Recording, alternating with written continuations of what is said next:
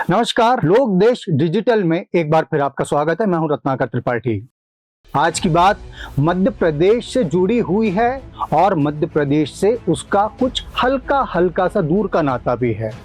तो बात मध्य प्रदेश से ऐसे जुड़ी हुई है कि यहाँ रहने वाली जिस मोनालिसा ने अपनी खूबसूरती के बल पर बहुत ही गरीब परिवेश से आगे आते हुए जिंदगी का एक नया रास्ता तय किया, उसी मोनालिसा के भविष्य को लेकर, इस नए रास्ते को लेकर अब कुछ प्रश्नवाचक चिन्ह उठने लगे हैं। क्योंकि मोनालिसा के गॉडफादर कहे जाने वाले फिल्म निर्माता सनोज मिश्रा को ज्यादती के एक मामले में गिरफ्तार कर लिया गया है। यूं तो ये गिरफ्तारी गाजियाबाद में हुई है, केस भी वहीं का है और इसके साथ ही एक फैक्ट ये भी है कि जिस महिला के साथ ज्यादती के आरोप में सनोज को गिरफ्तार किया गया है, उसी महिला ने ऐसे आरोपों को गलत बताया है, यानी एक तरीके से उसने सनोज को क्लीन चिट दी है। लेकिन सवाल ये उठता है कि इस पूरे घटनाक्रम के बाद मोनालिसा के फिल्म करियर पर क्या असर पड़ सकता है।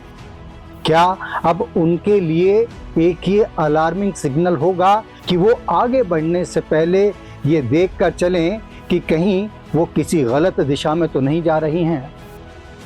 बात सनोज मिश्रा के कैरेक्टर पर सवालिया निशान उठाने की नहीं है।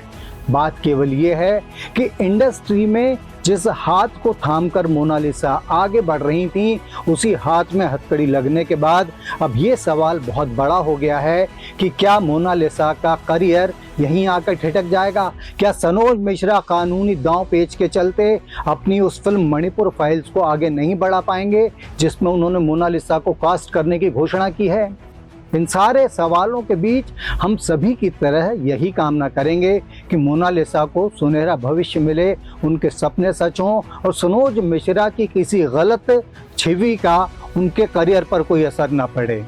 फिर भी गेहूं के साथ घुन भी पिसता है और अगर ऐसा यहाँ भी होता है तो यकीनन हर उस व्यक्ति के लिए बहुत दुख का विषय होगा जिसने ये चाहा है कि मोनालिसा गरीबी को छोड़कर, अभाव को छोड़कर और गुमनामी वाली ज़िंदगी को छोड़कर एक बहुत बड़ी सितारा बने। फिलहाल के लिए दीजिए इजाज़त, फिर आपसे मिलेंगे। तब तक के लिए देखते रहिए लोक देश डिजिटल।